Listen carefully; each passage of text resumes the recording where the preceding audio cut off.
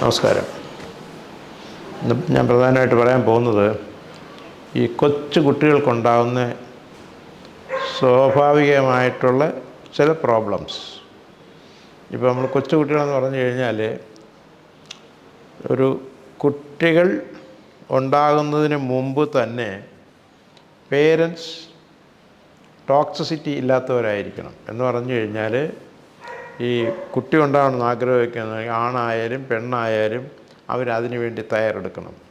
അപ്പോൾ അതിന് ഏറ്റവും നല്ലത് ഒരു ഡോക്ടറെ കണ്ടിട്ട് പിന്നെ ഞങ്ങളെ കുട്ടി ഉണ്ടാകാൻ ആഗ്രഹിക്കുന്നു, ഞങ്ങൾ എന്തൊക്കെയാണ് ചെയ്യേണ്ടത്. അപ്പം അവരതിൻ്റെ ഒരു ക്വാളിഫൈഡ് ഡോക്ടർ ഏത് സിസ്റ്റം ആയിക്കഴിഞ്ഞാലും അവരതിൻ്റെ പ്രോപ്പറായിട്ടുള്ള കാര്യങ്ങൾ പറഞ്ഞു കൊടുക്കും. അതിങ്ങനെ ഒരു വലിയൊരു ബുക്കുണ്ട്, toxic parent getting toxic children. അതായത് മാതാപിതാക്കൾ ടോക്സിക് ആണെങ്കിൽ, വിഷാംശമുള്ള ആളുകളാണെങ്കിൽ കുട്ടിയും തീർച്ചയായിട്ടും വരും. അപ്പം നമ്മൾ എന്ത് കുടിക്കുന്നു, എന്ത് കഴിക്കുന്നു എന്നുള്ളതാണ് നമ്മുടെ സ്വഭാവം. അപ്പോൾ നമ്മുടെ കുട്ടികൾക്കെന്ന് പറയുന്നത് തേർഡ് വേൾഡ് കൺട്രി ആയതുകൊണ്ട് ഇവർക്ക് വേറെ എൻജോയ്മെൻറ്റുകളൊന്നും ഇല്ല കൂടുതലായിട്ട്. അവരുടെ എൻജോയ്മെൻ്റ് എന്ന് പറഞ്ഞു കഴിഞ്ഞാൽ സെക്ഷൽ എൻജോയ്മെൻറ്റാണ് ഫസ്റ്റായിട്ട് വെച്ചിരിക്കുന്നത്. മറ്റേ ഡെവലപ്പ് കൺട്രീസിൽ അവർക്ക് ഒരുപാട് ആക്ടിവിറ്റീസ് ഉണ്ട്.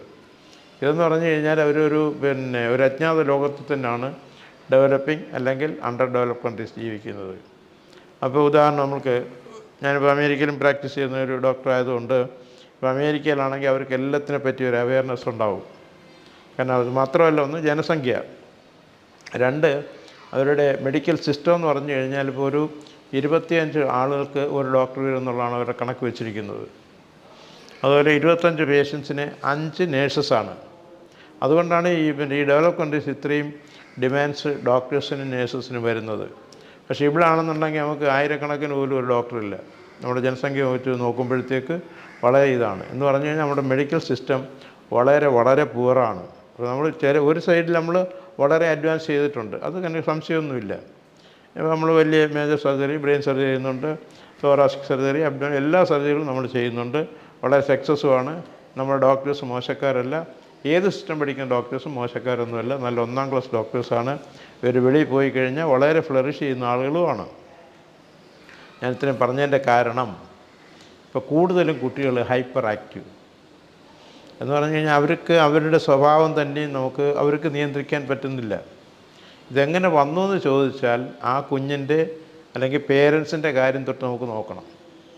ഇപ്പോൾ പിന്നെ ഏറ്റവും കൂടുതൽ ഹൈപ്പർ ആക്ടിവിറ്റി വരുന്നതിൻ്റെ പ്രധാന കാരണം ഈ മൊബൈൽ ഫോണുകളാണ്. കാരണം ചെറിയൊരു ഫോണിന് തന്നെ 5 ജെലാറ്റിൻ സ്റ്റിക്കിൻ്റെ അത്രയും പവറാണ്. പിന്നെ റേഡിയേഷൻ പറയാൻ വേണ്ട. നമ്മളിവിടെ ഒന്ന് സ്വിച്ച് അമർത്തി കഴിഞ്ഞാൽ ലോകത്തുള്ള എവിടെ വേണമെങ്കിലും നമുക്ക് വിളിക്കാൻ സാധിക്കും ഈ കൊച്ചു ടെലിഫോണിൽ കൂടെ. അപ്പോൾ പിന്നെ മൾട്ടി പർപ്പസ് ആയിട്ടുള്ളതിൻ്റെ നമ്മൾ പറയണോ, ഈ കുട്ടികൾക്ക് രാവിലെ ആകുമ്പോഴത്തേക്ക് എടുത്ത് കൊടുക്കും. ഈ റേഡിയേഷൻ എല്ലാം കൂടെ കയറി അവരുടെ സമനില തെറ്റും. 1. 2, ചില കുട്ടികൾക്ക് ആവശ്യമില്ലാത്ത ഈ ഫാസ്റ്റ് ഫുഡൊക്കെ വാങ്ങിച്ചു കൊടുക്കും. അതിനകത്ത് അത്രയും കെമിക്കൽസാണ്. അപ്പോൾ ഏറ്റവും പ്രധാനമെന്ന് പറഞ്ഞു കഴിഞ്ഞാൽ നമ്മൾ ഹോട്ടൽ ഫുഡിൽ അവർ ചേർക്കുന്നത് അജിനോമോട്ടോ എന്ന് പറഞ്ഞൊരു പോയ്സൺ തന്നെയാണത്. അതൊരു സിന്തറ്റിക് കെമിക്കലാണ്. അത് ഏറ്റവും കൂടുതൽ ഉണ്ടാക്കുന്നത് ചൈനീസാണ്. അതുകൊണ്ടാണ് ചില ആൾക്ക് ചൈനീസ് ഫുഡിനോട് പറ്റിയ, കാരണം ഇത് ചൂടാക്കി കഴിഞ്ഞ് കഴിഞ്ഞാൽ നല്ല പ്ലസൻറ്റ് സ്മെല്ലായിരിക്കും. പക്ഷേ ഇത് പോയി കഴിഞ്ഞാൽ ബ്രെയിനെയാണ് അഫക്റ്റ് ചെയ്യുന്നത്.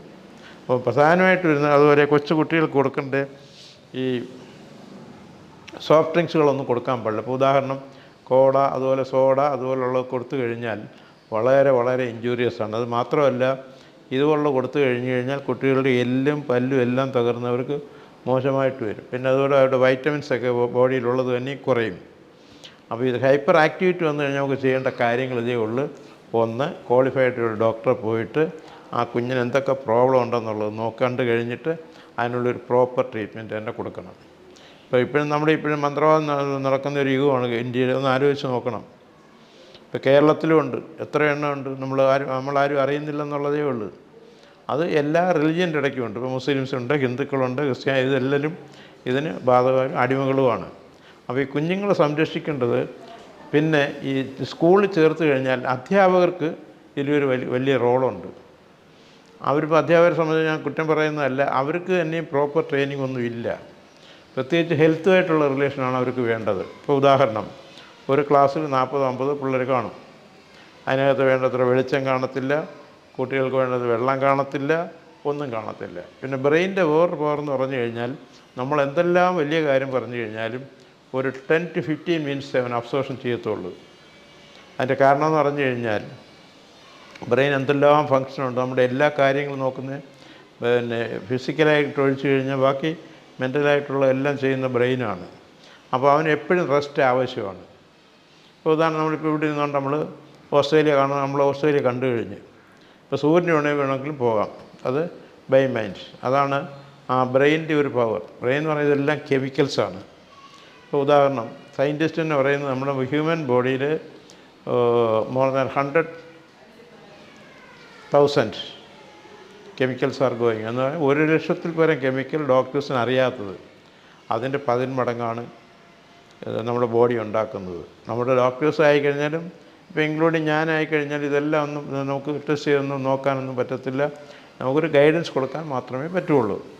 അപ്പോൾ ഈ കുഞ്ഞുങ്ങളെ സംരക്ഷിക്കേണ്ടത് 3 പേരാണ്. ഒന്ന് പിന്നെ പേരൻസ്, 2 അധ്യാപകർ, 3 നമ്മുടെ സൊസൈറ്റി, പിന്നെ മെഡിക്കൽ അതോറിറ്റീസ്. ഇപ്പോൾ നമ്മളൊരു ഉദാഹരണം നമ്മൾ ഏതെങ്കിലും ഒരു ഹോസ്പിറ്റലിൽ പോയി കഴിഞ്ഞാൽ അവരൊരു 10, 25, 30, 50 ടോക്കൺ എടുത്ത് കൊടുക്കും. ഒരു പേഷ്യൻറ്റിനെ കുഞ്ഞാൽ അത് ചെറുതായാലും വലുതായാലും ഒരു പേഷ്യൻറ്റിനെ നോക്കാൻ 2 മിനിറ്റ് പോലും കിട്ടില്ല. അപ്പോൾ ഏതൊരു പേഷ്യൻ്റ് ആയിക്കഴിഞ്ഞാൽ അവരുടെ ജനറൽ ഫിസിഷ്യൻ അതായത് ജനറലായിട്ടുള്ള physical examination is very important. ഒരു ഹൈറ്റ് എത്ര ഉണ്ട്, വെയിറ്റ് എത്ര ഉണ്ട്, കണ്ണിന് എന്തെങ്കിലും പ്രോബ്ലം ഉണ്ടോ, മൂക്കിന് പ്രോബ്ലം ഉണ്ടോ, തൊണ്ടയ്ക്ക് പ്രോബ്ലം, ഇതെല്ലാം നല്ല ജനറലായിട്ടുള്ള ഡോക്ടർ എല്ലാ ഡോക്ടർക്കും അറിയാൻ പറ്റും. പിന്നെ അവർക്ക് പറ്റിയില്ലെങ്കിൽ മാത്രം നമ്മൾ സ്പെഷ്യലിസ്റ്റിൻ്റെ അടുത്ത് വിട്ടാൽ മതി. ഇതൊന്നും അല്ലാതെ ഡയറക്റ്റ് തന്നെ സ്പെഷ്യലിസ്റ്റിൻ്റെ അടുത്ത് അവർ പോകും. അപ്പോൾ അവർ ചെല്ലുമ്പോഴത്തേക്ക് ഇപ്പോൾ ഉദാഹരണം ഒരു മാനസിക രോഗമാണെന്ന് പറഞ്ഞു കഴിഞ്ഞാൽ ആ ഡോക്ടർ വിചാരിക്കും അയാൾക്ക് മാനസിക രോഗമുണ്ട്. ചിലപ്പോൾ കാണത്തില്ല. ചിലപ്പം ലിവറിൻ്റെ പ്രോബ്ലം കൊണ്ടാവും ഇതുണ്ടാകുന്നത്. കുട്ടികൾക്ക് ഇതുണ്ടാകുന്ന ഹൈപ്പർ ആക്റ്റീവ് എന്നതിൻ്റെ പ്രധാന കാരണം 1 അവരുടെ ജീവിത രീതി, 2 ആഹാര രീതി. അവർക്ക് വേണ്ടത്ര പോഷകാഹാരം കിട്ടുന്നില്ല. പോഷകാഹാരം എന്ന് പറഞ്ഞു കഴിഞ്ഞാൽ വൈറ്റമിൻസ് വേണം, മിനറൽസ് വേണം, ട്രേസ് മിനറൽസ് വേണം. ഇതെല്ലാം ഞാൻ ഇത് പറഞ്ഞു ഇതിൻ്റെ മലയാളം ആക്കിയപ്പോഴത്തേക്ക് ആളുകൾക്ക് ഒരുപാട് കാര്യങ്ങൾ മനസ്സിലാവും. എന്നാലും ഇപ്പോൾ എല്ലാവർക്കും അറിയാം വൈറ്റമിൻസൊക്കെ. ഇതിൻ്റെ എല്ലാം കുറവുകൾ കൊണ്ടാണ് ഈ കുഞ്ഞുങ്ങൾ ഹൈപ്പർ ആക്റ്റീവ് ആകുന്നത്. പിന്നെ അവരുടെ എന്താണ് പ്രോബ്ലം കണ്ടനുസരിച്ചിട്ട് അവർക്ക് ശാരീരികവും മാനസികവുമായിട്ടുള്ള പിന്നെ ട്രീറ്റ്മെൻറ്റ് കൊടുക്കണം.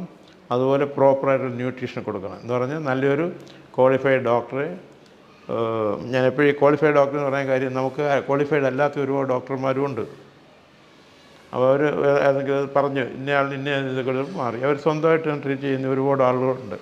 അത് ചിലതൊക്കെ നന്നായിരിക്കും, ചിലത് വളരെ മോശമായിരിക്കും. അതൊന്നും നമുക്കറിയാൻ ഒക്കത്തില്ല.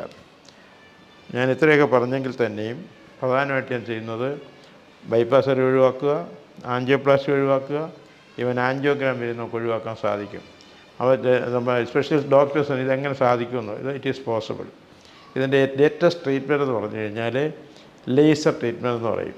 ഈ ലേസർ ബീംസ് അകത്ത് പോയിട്ട് ആവശ്യമില്ലാത്ത സെല്ലുകളെ അല്ലെങ്കിൽ ട്യൂമറായാലും എത്ര കട്ടിയുള്ളതായി കഴിഞ്ഞാലും ഈവൻ കിഡ്നി സ്റ്റോൺ വരെ അത് അലിയിച്ച് കളയും. Such high technology. ഇപ്പോൾ മെഡിക്കൽ സയൻസിൽ 60-ൽ പരം ലേസേഴ്സ് ഉപയോഗിക്കുന്നുണ്ട്. നമ്മൾ ഡോക്ടേഴ്സ് തന്നെ എല്ലാം അറിയണമെന്ന് നിർബന്ധമൊന്നുമില്ല.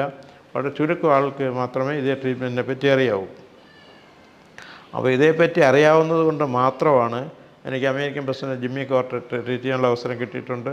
KR നാരായണൻ സാറിനെ കിട്ടി. പിന്നെ നമ്മുടെ former Indian president KR Narayanan, അതുപോലെ തന്നെ മാർത്താണ്ഡ മഹാരാജ, ഇവരെയൊക്കെ ട്രീറ്റ്മെൻറ്റ് ചെയ്ത്. കാരണം എന്ന് പറഞ്ഞു കഴിഞ്ഞാൽ ഇവരെല്ലാം മെഡിക്കൽ സെൻറ്ററിൽ പോയിട്ട് ഒരു സൊല്യൂഷൻ വേറെ കിട്ടും, ഒരു ആൾട്ടർനേറ്റീവ് ഇല്ലാത്തത് കൊണ്ടാണ് ഈ ട്രീറ്റ്മെൻറ്റ് കൊടുക്കാൻ കാരണം. അപ്പോൾ ഇതേപ്പറ്റി കൂടുതൽ അറിയാനായിട്ട് നിങ്ങൾക്ക് വൈകിട്ടൊരു 7 മണിക്ക് ശേഷം എന്നെ കോൺടാക്റ്റ് ചെയ്യാവുന്നതാണ്.